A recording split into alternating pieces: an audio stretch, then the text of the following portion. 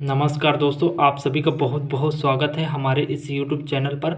दोस्तों, जैसे कि आप जानते ही हैं कि एमपी में वर्ग 3 की पात्रता परीक्षा आयोजित कराई गई है, जिसके एग्ज़ाम के लिए आपके पास बहुत ही कम टाइम बचा है। आपको यहां पर हिंदी, इंग्लिश, पेडागोजी, मैथ, पर्यावरण, इन सभी की प्रैक्टिस सेट हम इस चैनल पर आपको प्रोवाइड कराएंगे।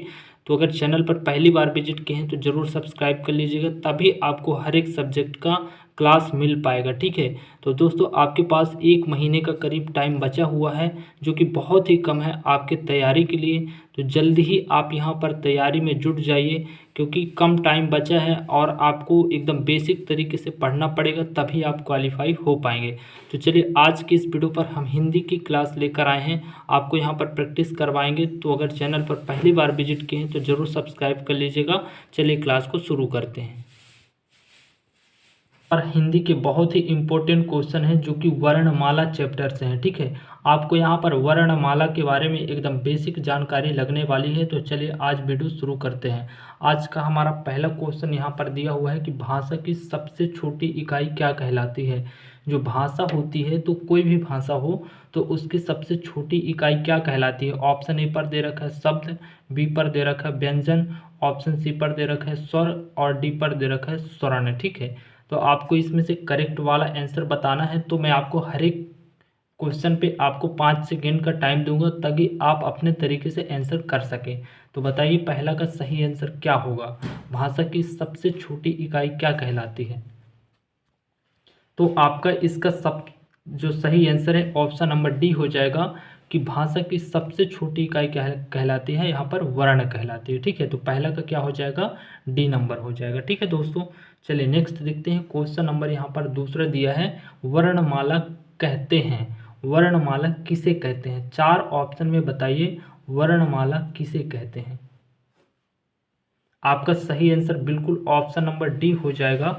वर्णों के व्यवस्थित समूह को क्या कहते हैं, वर्णमाला कहते हैं। ठीक है, वर्णों के व्यवस्थित समूह को हम क्या कहते हैं, वर्णमाला। तो आपका क्या हो जाएगा, डी नंबर हो जाएगा। चलिए नेक्स्ट क्वेश्चन देखते हैं दोस्तों। यहाँ पर तीसरा क्वेश्चन आपके सामने है कि निम्न में से कंठ ध्वनियाँ कौन कौन सी हैं। ऐसा कौन कौन से शब्द हैं जिनकी जो ध्वनियाँ हैं कहाँ से उत्पन्न होती हैं, कंठ से होती हैं। तो बताइए 4 ऑप्शन में से सही वाला ऑप्शन आपको बताना है। ठीक है, तो दोस्तों आपका सही आंसर क्या हो जाएगा, ऑप्शन नंबर ए हो जाएगा।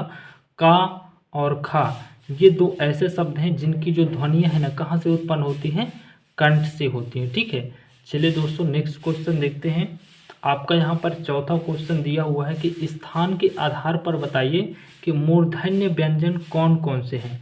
आपको यहाँ पर क्या बताना है, मूर्धन्य व्यंजन कौन कौन से हैं, क्वेश्चन नंबर 4।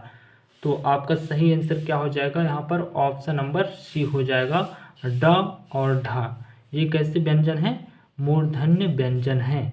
तो सही आंसर ऑप्शन नंबर डी हो जाएगा। चलिए नेक्स्ट क्वेश्चन देखते हैं। आपका यहाँ पर क्वेश्चन नंबर 5 दिया है कि निम्न में से अल्प प्राण वर्ण कौन से हैं।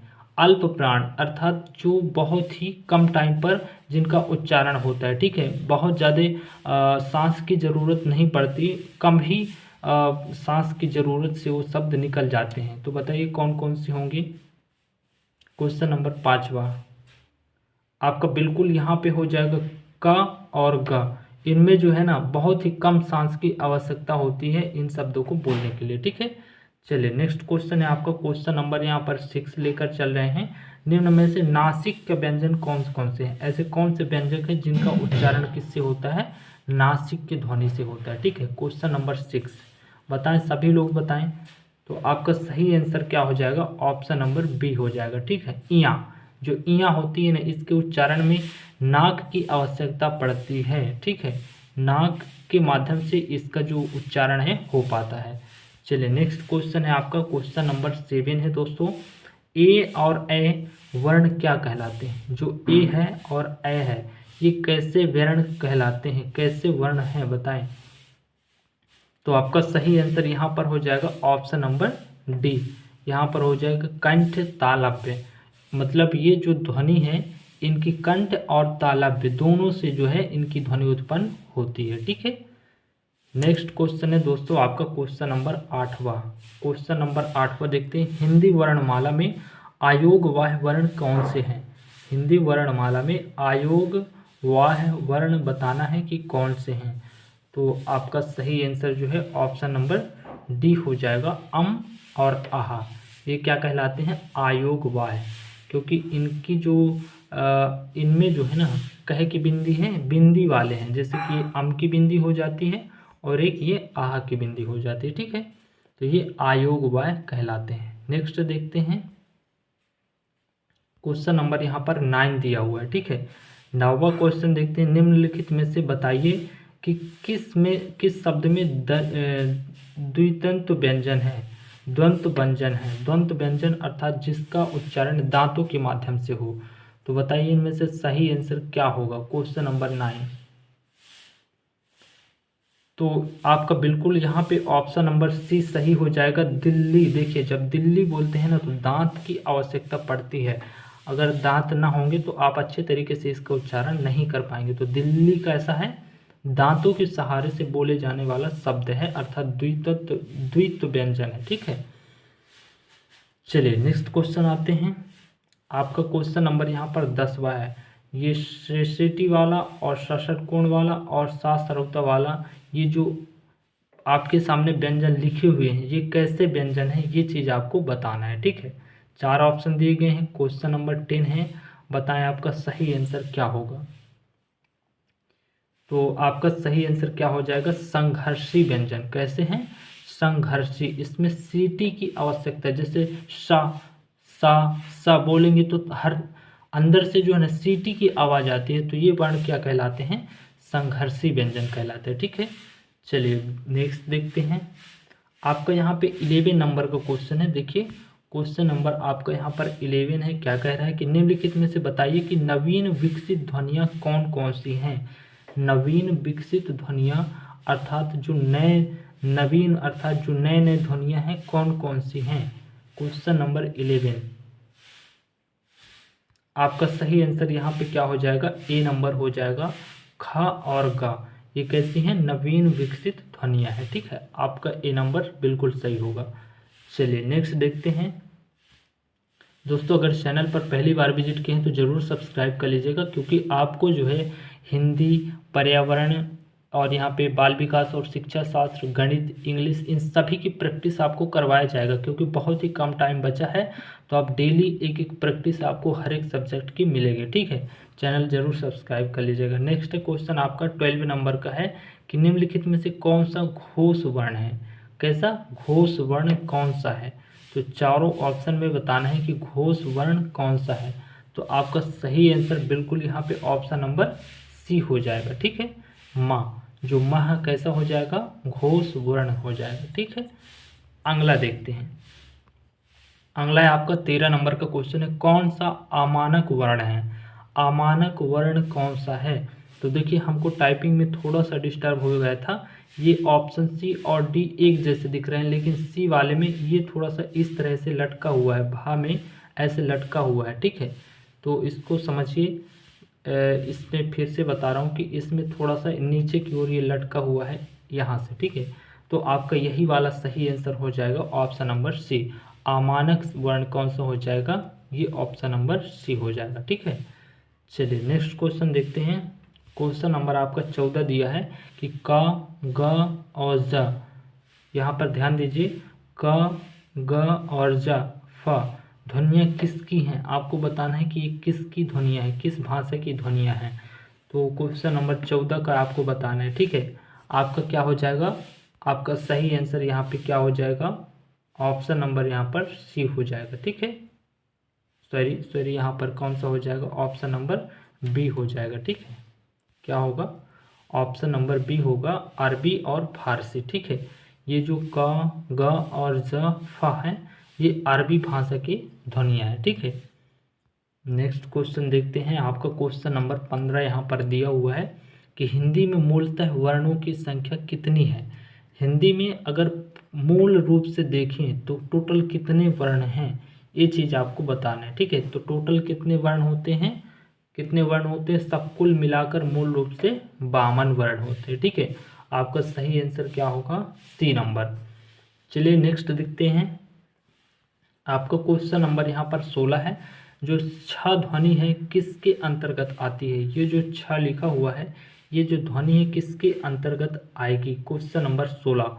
क्वेश्चन नंबर 16 बताएं, सभी लोग बताएं। आपका सही आंसर क्या हो जाएगा? संयुक्त वर्ण। क्या हो जाएगा? संयुक्त वर्ण। कैसी ध्वनि है? संयुक्त, क्योंकि ये दो शब्दों से मिलकर बनी हुई ध्वनि है। ठीक है, चलिए नेक्स्ट देखते हैं। क्वेश्चन नंबर आपका यहाँ पे 17 है। हिंदी शब्दकोश में जो छ है का क्रम किस वर्ण के बाद आता है? जो छ है, छाछत्री वाला छ है, ये किसके बाद में आता है? आपको यही चीज बताना है। बताएं सभी लोग।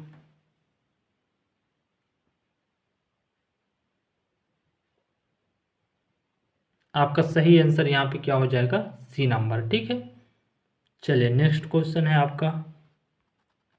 क्वेश्चन नंबर यहाँ पे 18 दिया हुआ है।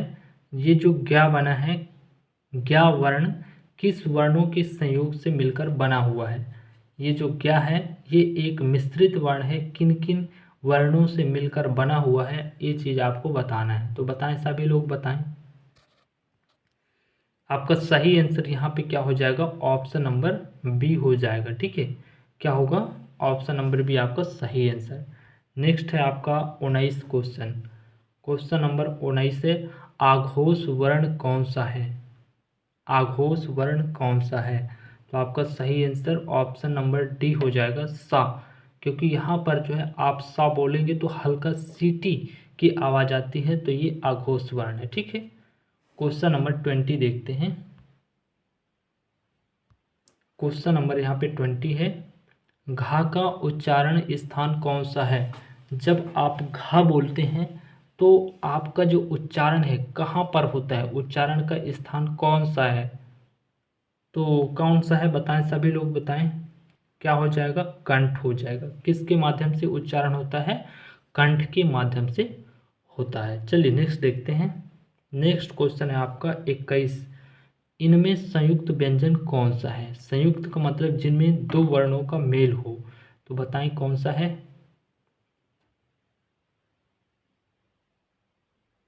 आपका बिल्कुल यहाँ पे ए नंबर आपका सही हो जाएगा। सॉरी, यहाँ पर जो है आपका सही क्या हो जाएगा? B number. कौन सा होगा? B number. टाइपिंग में थोड़ा सा इसका जो सीक्वेंस है चेंज हो गया है, तो यहाँ पर जो है बी नंबर सही होगा, ज्ञानी। ठीक है, ये संयुक्त व्यंजन है। नेक्स्ट देखते हैं, आपका 22 क्वेश्चन है। निम्नलिखित में से कौन सा वर्ण उच्चारण की दृष्टि से दंत नहीं है? अर्थात ऐसा कौन सा व्यंजन है जिसका उच्चारण दांतों के माध्यम से नहीं होता है? Question number 22। आपका सही आंसर बिल्कुल डी नंबर हो जाएगा, टा। टा जो है इसको बोलने में दांत की आवश्यकता नहीं होती है। ठीक है, चलो नेक्स्ट है आपका 23 क्वेश्चन। क्वेश्चन है कि निम्नलिखित शब्दों के अंत में आ आता है उन्हें क्या कहते हैं? ऐसे शब्द जिनके अंत में क्या आता है? आ आता है, छोटा आ का अपने आप लग कर आ जाता है, तो ऐसे शब्द क्या कहलाएंगे? बताएं। Question number 23। आपका सही आंसर बिल्कुल डी नंबर, आकारांत। क्या कहलाते हैं? आकारांत कहलाते हैं। क्या है? आकारांत। ठीक है ना। चलिए नेक्स्ट है आपका 24 नंबर क्वेश्चन है कि छ वर्ण किसके संयोग से बना है? जो छ वर्ण है किसके संयोग से बना है? बताएं किन किन शब्दों के संयोग से बना हुआ है? आपका सही आंसर बिल्कुल यहाँ पे ए नंबर हो जाएगा, क और स, इनके सहयोग से क्या बना है? छत्री बना है। ठीक है, चलिए नेक्स्ट देखते हैं दोस्तों। आपका 25 नंबर क्वेश्चन है कि हिंदी वर्णमाला में स्वरों की कुल संख्या कितनी है? हिंदी वर्णमाला में कुल जो स्वरों की संख्या है वो कितनी है? स्वरों की संख्या बताना है। तो स्वरों की संख्या टोटल कितनी है? यहाँ पर 13 है। आपका सही जवाब क्या होगा? ऑप्शन नंबर डी होगा। ठीक है, चलिए नेक्स्ट है आपका 26 नंबर का क्वेश्चन है कि निम्नलिखित में से कौन स्वर नहीं है? आपको बताना है कि इनमें से कौन सा स्वर नहीं है। तो बताओ इसमें से स्वर कौन सा नहीं है? ये आ हो गया, ये सभी के सभी क्या है? स्वर हैं। ठीक है, ये जितने भी दिए हुए हैं इनमें से ये तीनों क्या हैं, स्वर हैं, लेकिन इनमें से स्वर कौन सा नहीं है, डी वाला नहीं है। ठीक है, चलो नेक्स्ट देखते हैं। आपका 27 क्वेश्चन है कि निम्नलिखित में से कौन सा टा वर्ण नहीं है, टा वर्ग में कौन सा नहीं आता है। तो देखो टा में तो ये भी आता है, ये भी आता है, ये भी, लेकिन जो घा है ये किस वर्ग में आता है, का वर्ग में आता है। ठीक है, का की लाइन में घा आता है, बाकी सब के सब टा वर्ग में आते हैं। ठीक है, चलो नेक्स्ट देखते हैं। 28 नंबर का क्वेश्चन है। यहाँ पर देखिए क्वेश्चन क्या कह रहा है कि हिंदी वर्णमाला में व्यंजन की संख्या, हिंदी वर्णमाला में व्यंजन की संख्या जो है कितनी है। क्वेश्चन नंबर 28 कितनी होती है, बताएं सभी लोग। व्यंजन की संख्या यहाँ पर कितनी होती है, यहाँ पे हो जाएगी 33। कितनी हो जाएगी, 33, 36, सॉरी 33। ठीक है, ऑप्शन नंबर आपका सी सही होगा। चलो नेक्स्ट देखते हैं। चलिए आपका जो है यहाँ पर कंप्लीट हुए, आपको यहाँ पे 28 क्वेश्चन ही लगाने के लिए मिले हैं। फिर देखेंगे नेक्स्ट क्लास में आपको बाल विकास एवं शिक्षा शास्त्र की वीडियो मिलेगी। चैनल जरूर सब्सक्राइब कर लीजिएगा। वीडियो आपको कैसा लगा कमेंट बॉक्स में कर दीजिएगा कमेंट, और वीडियो को कर दीजिएगा like. Thank you for watching.